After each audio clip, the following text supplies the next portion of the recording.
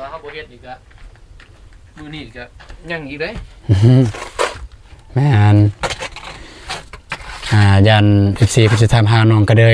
เพิ่นไปรับจ้างพี่น้องเอ้ยบ่ได้นัดเฮาแล้วก็บ่ได้นัดน้องเพิ่นว่าเฮาสิมาเพิ่นไปรับจ้างจะน้อยแล้วแรงๆว่าแล้วเพิ่นมาเพิ่นสิตื่นแล้วว่าอย่างนี้ผู้ใดเนาะมาเฮ็ด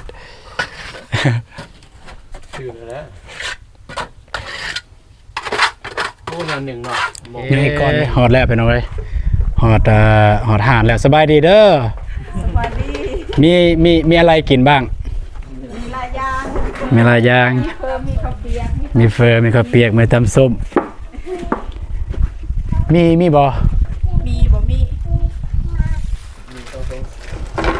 บบว่าเฮ็ดต้มมี่อะนะ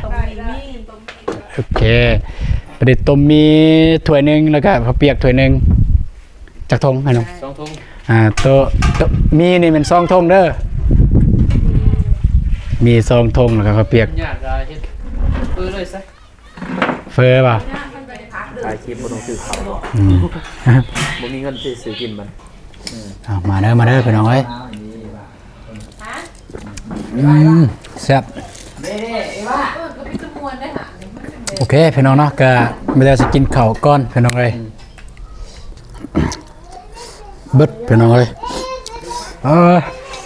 500,000บ่500,000เติมน้ำมันรถเด้700,000รถเติมมันรถ700,000 200,000เติม700,000 700,000เพราะว่าน้ำนองมีแล้ว1,200,000พอดีซื้อเครื่องนี่ก็1,610,000 โอเค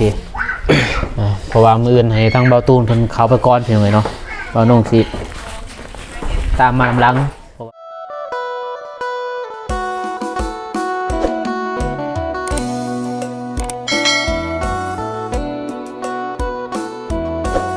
ทักทายสบายดีแล้วก็สวัสดีพ่อแม่พี่น้องบุตรสุคนเด้อเนาะมื้อใดมื้อนี้บ่ตูนก็อยู่บ้านน้องกระเดยมาสืบต่อห้องน้ำพี่น้องเอ้ย มากับบ่าวนงเพิ่นพี่น้องเนาะสบายดีเด้อบ่าวนงสบายดีพี่น้องเอ้ยมาจากสวนก็เลยขึ้นว่าสิบ่ได้มาฮอดนี่เซยเพิ่นได้บ่าวนงเพิ่นออกมาลดคลิปแต่ว่าก็อดไม่เฮ็ดเวียกบ่ได้ว่าซั่นแม่นยามมันสิซักซ่านะก็เลยได้มาเฮ็ดทีละเล็กทีละน้อยมื้อละเล็กมื้อละน้อยด้นพี่น้องเอ้ยปกติได้แม่นบ่เลยใหญ่เพิ่นคล้องอยู่นี่เบิ่บ่เห็นมาเลยอันนี้คือบ่าวนงเพิ่นมาก่อแต่เพิ่นมาก่อนพี่น้องเอ้ยบ่าวนงมาก่อนี่เลยบ่ตูนมาอ้าวผู้ใดหันจอดรถก็เห็นอยู่คนผู้ใดเนาะแต่ก็บ่คิดอยู่เพราะว่าได้ติดต่อหาอยู่เพราะว่าทางบ่าวนงเพิ่นว่าเพิ่นอยู่สวนแล้วก็เพิ่นออกมาลดคลิปอยู่ดอนซ่าก็บ่คิดว่าเพิ่นสิมาใกล้ได้เด้บัดมาแล้วอ้าวบ่าวนงอยู่นี่ก็เลยบ่ใกล้ได้แต่ได้ดอนซ่าเนาะได้แต่ว่ามื้อนี้ก็ได้เฮ็ดเบื้องนี้ก่อนเบื้องห้องอาบก่อนพี่น้องเอ้ยเนี่ยอันว่าเฮาบ่เฮ็ดอีกอะมื้อนี้ก็ยังอีกได้แม่นยัน14เพิ่นสิทำหาน้องกระเดยเพิ่นไปรับจ้างพี่น้องเอ้ยบ่ได้นัดเฮาแล้วก็บ่ได้นัดน้องเพิ่นว่าเฮาสิมาเพิ่นไปรับจ้างจะน้อยแล้วแรงๆว่าแล้วเพิ่นมาเพิ่นสิตื่นแล้วว่าอย่างนี้ผู้ใดเนาะมาเฮ็ดตื่นแล้วโอ้นั่นหนึ่งเนาะยังอีกก่อนหนึ่งพอดีเลย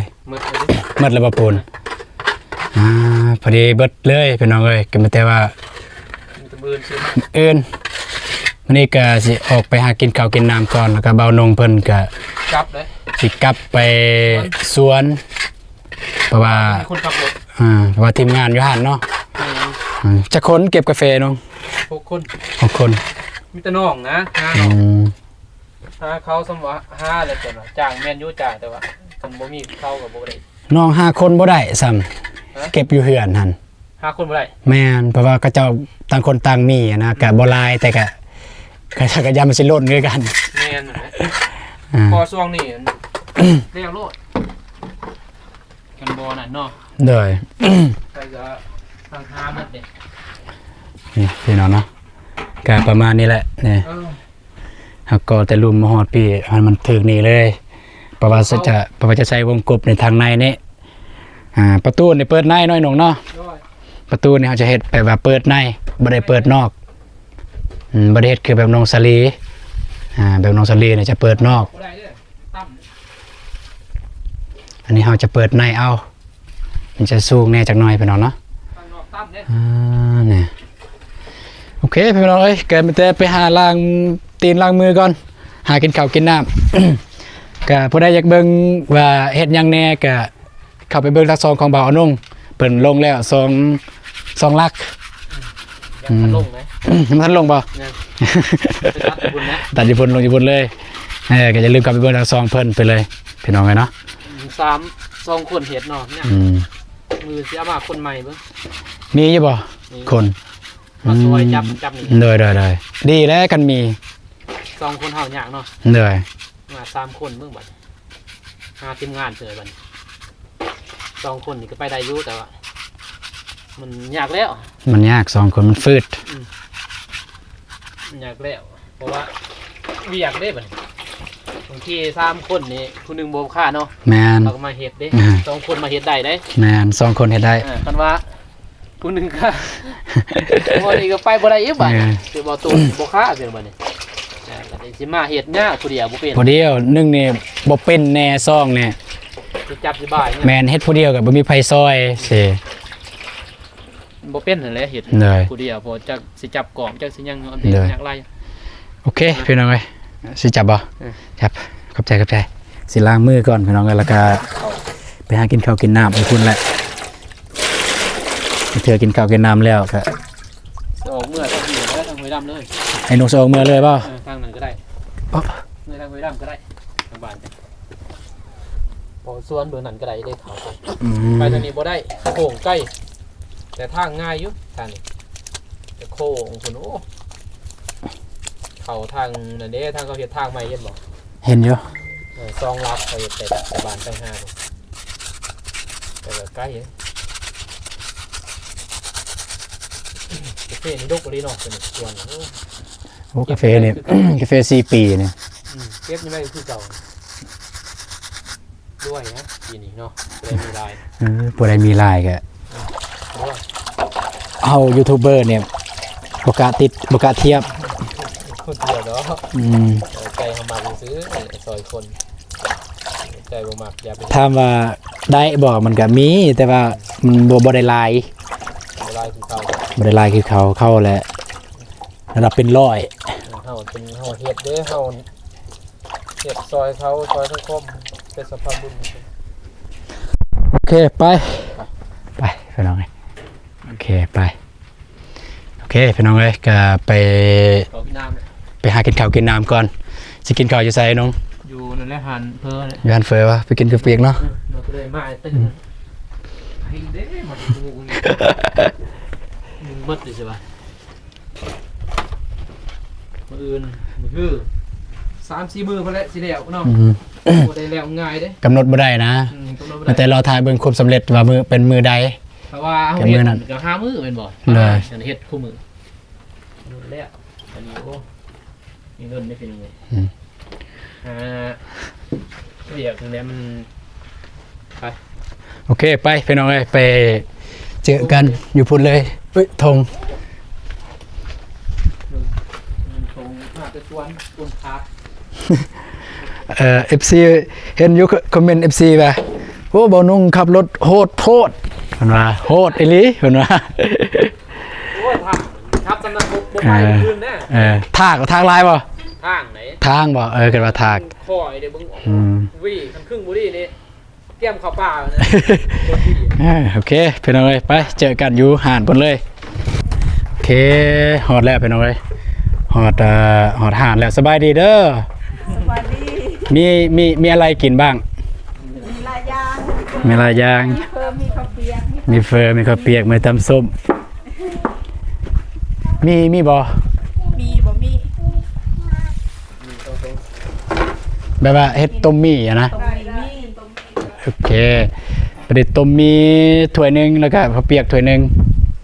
จักทงให้น้อง2 ทงตัวมีนี่เป็น2 ทงเด้อมี2 ทงแล้วก็ข้าวเปียกยากเฮ็ด เลยซะ เฟอร์ป่ะ ย่างท่านก็จะกินมีก็ได้กัน โอ้ ได้บ่เอามีก็ได้ อยู่นี่นะมันหอดอยู่หั่นเอาต้มมีเด้อต้มมีถ้วยหนึงแล้วก็ข้าวเปียกถ้วยหนึง เปียกไปอีกอยู่ไหนปะ อยู่ไหนป่ะไปอยู่ไหน ปูยังเอาปลาจากกล่อง มาสิตังไว้อยู่นี่ แซ่บพักอยู่นะ มาสิตังไว้อยู่ไหนเพิ่นเฮ็ดหยังน่ะ ก่อนสิ โอ้สิเฮ็ดเฮือนครัวใหม่บ่มันแคบบ่อยู่นี่ แมน อยู่นี่สิตั้งโต๊ะอีก เราไหว โอ้ลูกค้าหลายเนาะเดี๋ยวนี้เนาะ พอได้ค่ะ ดีใจน้ำถือว่าห้านเพิ่นเปิดใหม่พี่น้องเลย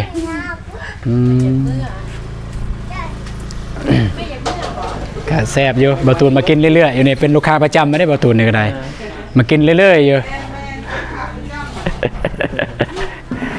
ประเดี๋ยวดึงลูกค้าอีกคนนึงนี่จะน้อยผู้นี้อีกดึงผู้นึงอีก ใหม่เลยเนาะ FC มันได้มากิน ลองเบิ้ง ผู้ใดได้ผ่านมาทางนี้ก็ FC บางวิดามมาเลย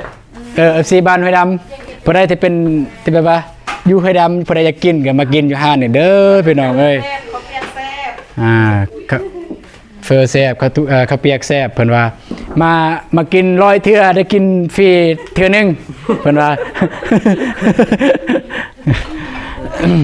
กินเลยเถื่อเนาะ ได้กิน100เทื่อกินฟรีเทื่อนึง จดไว้ดีๆแล้วมากกับจด เราจะเป็นลูกค้าประจำ มากกับจดเด้มันเป็นพึ่งลอย เอฟซีก็ยังติดใจเป็นลูกค้าประจำมากินข้าวเปียกกินคือ เฮ้ยเป็นขายหลากหลายอยู่พี่น้องเอ้ยมีปีกมีเฮ้ยหลายอย่างพี่น้องเอ้ยแต่ว่าก็บ่ถึงกันว่าบ่ถึงกันว่าเป็นห้านตามสั่งเนาะถ้าห้านตามสั่งมันจะมีก้อยมีต้มมีทุกอย่าง ครบตามซ้ำมันมีครบ ในปัจจุบันนี้มีหยังแหน่แล้วอยู่ในปัจจุบันนี้ มีเฟอร์ข้าวเปียกตำส้มของกินซุป อ๋อเฟอข้าวเปียกตำส้มของกินสุกก็มีแผนสิกะย่ายอยู่เนาะมาสิเฮ็ดหยังสิเพิ่มเติมเมนูหยัง เมนูใหม่กับสิอัปเดต นี่พี่น้องเอ้ย เดตใหม่ โอ้คักขออนุญาตได้ติดตาม โอ้เข้ามาเบิ้งหน่อยเด้อเข้ามาเบิ้งเจ้าของหน่อยเด้อ สองอย่าง สองสี่ อาตูนกับอานุ่ง เป็นภาษาไทย โทรศัพท์เลยนะ โอ้ตะกี้นั่นนี่ตะกี้ได้ไปกับเบาเจ็บเด้อตะกี้แม่นตะกี้ไปใส่มาใส่ก็ขอจับโทรศัพท์หมู่แล้วก็หมู่คิดว่าสิเฮ็ดหยังจับโทรศัพท์แล้วแม่นขับไปตามซองตัวเองโอ้ยสมัยตะกี้สมัยเริ่มเฮ็ด YouTube ใหม่ๆตะกี้นะโอ้สมัยเป็นขายลายอยู่พี่น้องเอ้ยนี่ก็หลังจากที่เฮ็ดห้องน้ำน้องก็เลยอยากกินข้าวกินน้ำพี่น้องเอ้ยก็เบานุ่งกับเบาตูนก็ออกมาพักผ่อนอยู่นี่พี่น้องเนาะอยู่ห้านนี้ทางเบานุ่งเพิ่นก็มาพักผ่อนมาตัดคลิปตัดหยังอยู่นี่แหละเพราะว่าอยู่นี่ก็มีของกินของอยากอยู่นี่แน่กินข้าวเที่ยง กินตัวแล้วไปส่วนกาแฟต่อมัน กินข้าวแล้วเบานุ่งก็สิไปสวนกาแฟต่อ เดียวก็เดียวส่งสมองมาได้เนาะก่อนส่งน้ำ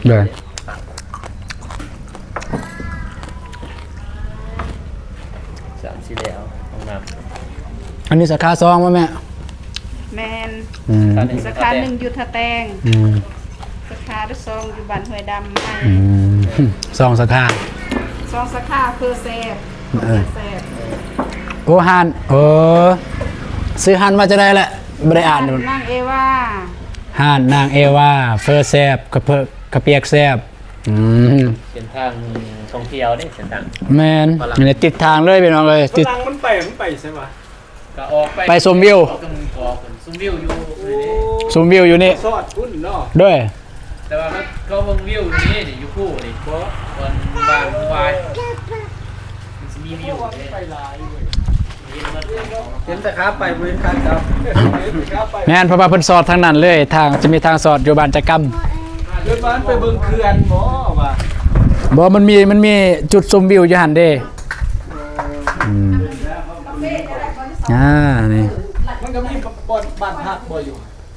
บ้านพักบ่มี ไปเฮ็ดโฮมสเตย์ โอ้ถ้ามีผู้ใดมีงบมีหยังมีเงินใครไปเฮ็ดนี่ก็สิดีอยู่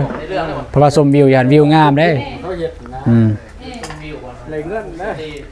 เออ นี่พี่น้องเนาะการวิธีการเฮ็ดของเพิ่นก็จะใส่ถั่วงอกก่อนนี่อ่าอืมซีนมีซีนหยังแน่ อันนี้ยังแต่สินงัวหมูกรอบเบิด ซีนงัวเพิ่นเอาบ่บ่ซีนงัวถ้วยหนึงบ่ใส่ตัวต้มเมียนเด้อเอาอันอื่นใส่แทนก็ได้ ใส่ไข่บ่ ใส่ไข่ก็ได้ใส่ลูกซีนก็ได้ แต่ว่าข้าวเปียกเนี่ยใส่มดปะทะมดใส่ย่างกับปะทะมด กินมดเป็นไงเนาะนี่น้ำซุปโอ้ ซุปหมูแย่ อันนี้มันเป็นน้ำซุปบ่ หม้อน้ำต้มน้ำลวกสิ โอ้น้ำลวกเส้นอันนี้น้ำซุปอยู่นี่เนาะ แม่นน้ำ อื ซุป ม น้ำซุปก็สิเบิดแล เบิดไว้เลยเนาะ ขายดีแล้ว ลูกค้ามาหลายเป็นยังก็ไฟเบอร์แบงโอเคมาแล้วมีเป็นอะไรของเบานุ่งเพิ่น แซ่บบ่ จริงอ่ะ นี่แหละของมักเนี่ยกะปิของเบาตูนมาแล้ว ขอบคุณหลายๆครับนี่ ทอดน้ำมะพร้าวไว้ให้ได้เด้อเลย คิวเขานะ ว้าชิวเขาใส่ไข่น้ำพี่น้องเอ้ยนี่ มาเด้อพี่น้องเอ้ย มาเด้อนี่ใส่ผักหลายๆรส กินน้ เก็บไว้ให้เพิ่นได้พักข้าว มือเสียลองก่อน ำนี่ของยังจะสบายตัวหนาไปเนาะ แมน ไปใส่ มันก็เฮ็ดครบเลย ให้ผู้สูงมามีอยู่หรอเนี่ยก็ตัด มีกอดมีเข่าอยู่เนาะ เนี่ย ไปเก็บไปนั่งเด้อไปเก็บในพักเด้อ ถ่ายคลิปบ่ต้องซื้อเขาบ่มีเงินซื้อกินมัน เอามาเด้อพี่น้องเอ้ย ฮะ แซ่บ ก็มีจำนวนได้หามันเป็น โอเคพี่น้องเนาะก็ไม่ได้จะกินข้าวก่อนพี่น้องเอ้ยเบิดพี่น้องเอ้ยเบิดมันยังลายอยู่นะลายอะไรพี่น้องเอ้ยแต่มาตูนกินเบิดเนี่ย พี่แพง วิมเจ้าน้ำยังไงหนูเจ้าน้ำยัง นำซื้อ น้ำลาเปล่าโอเคพี่น้องเอ้ยตั้งกล่องไว้ ตอนกินเมื่อกี้นี่ลืมตั้งกล่องโอ้ยนะ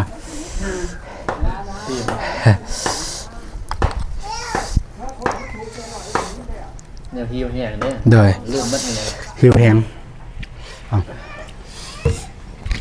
หิวเด็กยองมีแต่มือมาแล้วสีน้ำเนินพี่น้องเรื่องของน้ำให้น้องก็เลยยูมือเนาะ ด้วยเมื่อไหร่น้องเพิ่นอยู่ บอกน้องเพิ่นสิมีแตะมือให้เจ้าไปซื้อเลย สื่อสังกะสีมีหยังแหน่ที่ให้สื่อ สังกะสีกับปูนมึงเดือไล่เบิ้งสังกะสีเท่าไหร่สังกะสีเม็ดหนึ่ง80บ่70บ่ จึงว่าบ่จือ เอาซื้อมื้อนั้น70 70 75บ่ หรือว่า 180ขึ้น เอา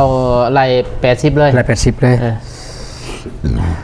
เอา4 จักเม็ด น้อง รวมจักเม็ดรวม 4เม็ด รวม4เม็ดบ่รวมทั้งหมดเด้ บ่แล้ว4เม็ดนั่นนะ4แผ่น4เม็ดนั่นนะแต่4แผ่น 4คูณ4ซั่น บอกว่ามันมีเด้เจ้าก็ซื้อ4เม็ดนั่น4แผ่นบอกเขานั่นนี่ 4แผ่นแต่ว่า4เม็ดเนาะก็สิไล่เป็นเงินนี่เด้นี่ เจ้าก็ไล่เป็นเงินรวมมันเลย4เท่าไหร่ 4คูณ4ความยาวนี่4เม็ดเนาะแล้วก็4แผ่น 4ก็เท่าไหร่ 16คูณ80 คูณ80 ล้าน280,000 หลาน200,000 แล้วก็ปูน ปูนปูน2ซอบ ปูน2ซอบ ปูนเขียว2ปูนแดง2 ปู ปูนเขียวซองปูนแดงซอง เออ สอบหนึงเท่าไหร่80บ่ 80 เรา90 80กับ85 80กับ85กันเลยบวกก่อนบวก160,000บวก170,000 1,610,000กีบ 1,600,000เนาะ1 ได้ 2 3หรือว่าสิเอาเงินเจ้าบ่ซื้อ เงินน้องก็มีแต่ว่ามันบ่พอ บ่พอ ล้านปลายแต่ล้าน 200,000 ล้าน200,000 เอาเงินเจ้าก็ได้เนาะ ก็เงินน้องนำแล้วก็ที่เหลือก็เอาเงินอายก็ได้ เอาเงิน ของอายซ้ำเพื่อเลยก็ได้ 700,000 ซ้ำ500,000 500,000บ่ 500,000 พอบ่ สิเติมน้ำมันรถเด้ 700,000โลดเติมมันโลด 700,000 200,000เติมมัน 700,000ซ้ำ700,000เพราะว่าน้ำน้องมีแล้วล้าน2 3 พอดีจะซื้อเครื่องนี่ก็ล้าน610,000 7โอเคเพราะว่ามื้ออื่นให้ทั้งเบาตูนเพิ่นเข้าไปก่อนเพียงเลยเนาะเบานุ่งสิตามมาหลังเพราะว่าให้เบาพ้นเพิ่นไปแต่เช้าและบอกเพิ่น ได้ แล้วก็ถ่ายคลิปเลย ได้ อัปเดตให้พ่อแม่พี่น้องเพิ่นเบิ่งนั่นแหละนี่ผู้ใหญ่เพิ่นเบิ่ง ด้วย เจ้าเพราะว่ามันบ่ทันเด้ยันเสือเจ้ายังเขาบ่ฮู้เด้ ได้ มันเข้ามาคืนเป็นยังไงเนาะแล้วเอาเงินให้ไว้ก่อนเท่าได้ดิน้ำ เซ็กบินบ่เห็นเลยบ่แจกกองบ่แจกจังซี่ซ้ำนี่ซ้ำนี่กองให้น้องพอดี เป๊ปซี่ ไปรวมเนาะ ด้วย สะอาดไก่บนโต๊ะสุขตัวกลาง โอ้ยคิดว่าแสนบาท สิโจกไอ้แสนบาทนั่นเลย 33,000แซ่บนี่มันน่าจะมากินใหม่อีก จะลูกค้าประจำไปเล่นขอบใจ มันต้องมีมื้อหนึงแล้วก็สิกินฟรีไปไหมมื้อที่คนบ่มีเงินอีหลี มานา กินฟรีเนาะ นะ โอเคไปมีแต่นั้นแหละเนาะ เดินทางเลยป่ะ ใหญ่ๆกันแล้วอาจจะเข้าไปในสวน โอเคก็ได้อย่างๆอยู่บนนี้เลย โดย ได้ เป็นยังไงเนาะมานุ่งก็สิเขาไปสวนไปเอารถเมื่อเพราะว่าให้ตั้งน้องๆเพิ่นเก็บกาแฟเป็นไงเนาะพอมื้อนี้ก็ไปกอด้วยนึงให้มันแล้วเบิ่งนานแหละมื้ออื่นจังว่ากันใหม่แล้วก็สิซื้อใหม่ซื้อตองน้ำเนาะ ได้ กดมือเลยมือกันไปเลยไป ไปเดินทาง เลยกลับก่อนเด้อ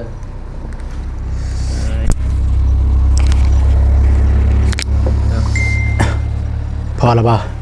หมูปอดอก8 เท่าไหรอัน เริ่มมือเด้อสมัย เท่าไหรแหละ 30 เอาไปเลยฉัน มืออื่นจังไปส่ง เลยแต่จะลืมซากก็พอ โอเคที่ไทยพอที่ไทยด้วยนะปล่อยชิปก่อน ได้ พอที่ไทยอยู่ส่วนอยู่ดิ อัปเดตกันคนงานอยู่ส่วนป่ะสิว่าคนงานก็บ่แม่นดอกไอ้น้องเพิ่นเอง น้องก็จักมีจักบอลบอกน้องชายกับเมียเพิ่นเก็บน้องชายลูกอ่าว จะแล้วอยู่บ่ บอกเพิ่นเก็บซ้ำซานะซ้ำบอลที่ สีเพี้ยนบ่ โดยบอลสิถมดินเพราะว่าแม่เก็บผู้เดียวกับมันสิสานะผู้เฒ่าเก็บมันบ่ไหว เมียนั่นแหละในเมทัลเมียเป็นผู้เดียวบ่ได้ดอก เลย น้องบ้องกับข้าวเหยียบเนาะ น้องบองคาเวียกถ้าบอกเพิ่นสิมาเด้ พอเรามาเต็มปาก ขนาดว่าคาเวียกเพิ่นยังสิมา ครับ เพิ่นถามเมื่อวานนี่กาแฟอายสุกแล้วบ่สุกแล้วเพิ่นว่าคันสุกเดี๋ยวน้องสิไปเก็บเอาน้องไปมีเวียกบ่มีเพิ่นว่า บอกซ้อน เออ บอกซ้อนบอกซ้อนใส่ สอนใส่ นี่ เป็นอะไร บอกตัวน้องบองไปนักจับคลิปหาสมอง ผู้ใดนี่ อ้าวท่ายเจ้านี่ดิหรือเอาคลิปดูดคลิปเหรอ บ่ฮู้เขาดูดคลิปเด้นี่ ดูดคลิปอ่ะ ตามเบิ่งเดี๋ยวมันคลิปอ้าย นี่มืดเลยเดี๋ยว โอ้ เอาคลิปเอาไปเหมือน ดูดีเลยบ่มีลิขสิทธิ์บ่เฮา ฮะ บ่มีลิขสิทธิ์บ่ กะเฮาบ่ได้ว่างลิขสิทธิ์เด้นี่ก็ แม่น นี่นี่ อันนี้คลิปเจ้าคลิป เตียง คลิปบ่เตียงบ่แม่นคลิปไอ้เตียง เขาดูคลิปบ่เตียง ไอ้เตียงสิบ่ว่าหยังบ่ โอ้เพิ่น อ๋อคันเลขเซนบ่เป็นหยังเลขเซน ใส่คนสวัสดิเคสมาเลยความเด่งเนาะ เอาบุกไปคืนเลยบุกเป็นยังที่ยากเขาเลย เนาะ เขาทำมาหากินกัน นั่นบ่ว่ากันพี่น้องเอ้ย เดือนหนึงเจ็ดบอกเขาส่งละ10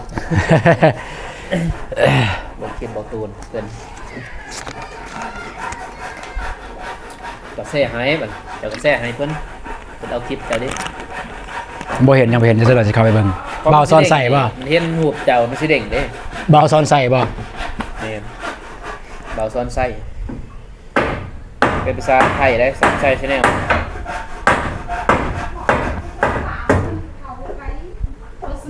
ว่าเอาคลิปเขาดีสันคลิปเจ้าเด้อแต่ว่าสองบ่เตี้ยงคลิปบ่เตี้ยงไป โอเคเดินทางเฮา โอเค ใหญ่ๆอยู่บนนี้เลยเด้ โดนไปคืนแรกคืนเจอกัน มื้อเจอกัน กลับกดเด้อบาดนี้ แซ่บหลาย ได้ โอเคไปพี่น้องเอ้ยเนาะเอาไปทางนั้นบ่ไปน้องก็สิมีเฮือนคือกันเลย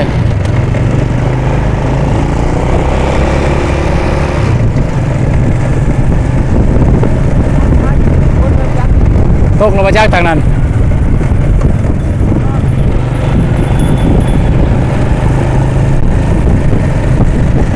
นี่กระทมดิน700,000โอ้ยแม่นนั่นแหละน้องจึงอยากหาแบบอยากหาบอลใหม่บางทีเพิ่นมีบอลที่บ่แพงแพงนะ700,000ไม่ได้ขี้หินน้องอยากทมแต่น้องอยากเอาดินมาทมเพราะว่าหินมีแล้วข้างนอกโอเคเจอกันมื้ออื่นโอเคโคตรรอน้องเพิ่นไปหน่อยบ่ตูนก็สิเดินทางออกมือเฮือนก่อนพี่น้องเนาะเสร็จไปเบิ่งว่าน้องทรายกับน้องไผ่เพิ่นได้เก็บกาแฟหรือบ่หรือว่าได้บอกกับเจ้าเก็บมื้อนี้ลูกน้องทรายลูกของอาวพี่น้องเอ้ย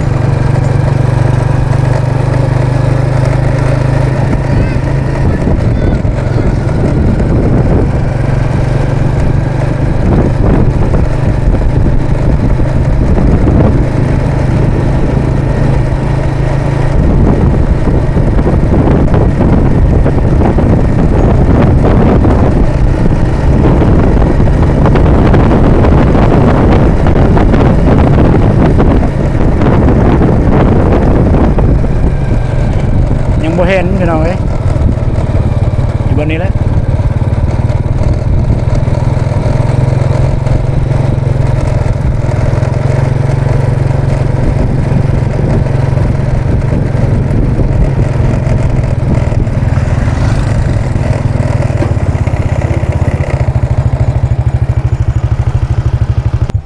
เอาพอไปพี่น้องเนาะก็บ่เห็นน้องทรายกับมันลูกไผ่น้องไผ่บอกเขาเจ้ามาเก็บกาแฟอยู่บอนรูมมันแหละบอนที่บอตุนสิถมดินบ่เห็นเพิ่นมาเก็บโอเคบ่ว่ากันพี่น้องเนาะก็สำหรับคลิปนี้บ่มีหยังหลายพี่น้องก็บอตุนกับบ่นุ่งก็เฮ็ดห้องน้ำน้องก็เลยเฮ็ดสำใดสำนึงนี่แหละ เพราะว่าสู่คนก็สู่มีเวียกคือบ่นุ่งเพิ่นก็ฟ้าวไปคนกาแฟเพิ่นอยู่สวนพุ่นละอยู่ปูนอยู่ป่าพุ่นอยู่ถึงภูพุ่นบ่ตุนก็ออกมาทางนี้เดี๋ยวตอนแรงบ่ตุนยังสิเข้าไปหาน้องบ้องอีกคือเก่าไปน้องเอ้ยก็อย่าลืมติดตามเบิ่งไปนำกันไปน้องเอ้ยครับโอเคสำหรับคลิปนี้บ่ตูนก็จะขอจบคลิปเพียงเท่านี้ก่อนมีแต่ว่าเจอกันในคลิปต่อไปคลิปนี้บ่ตูนก็กล่าวคำว่าสบายดีเด้อ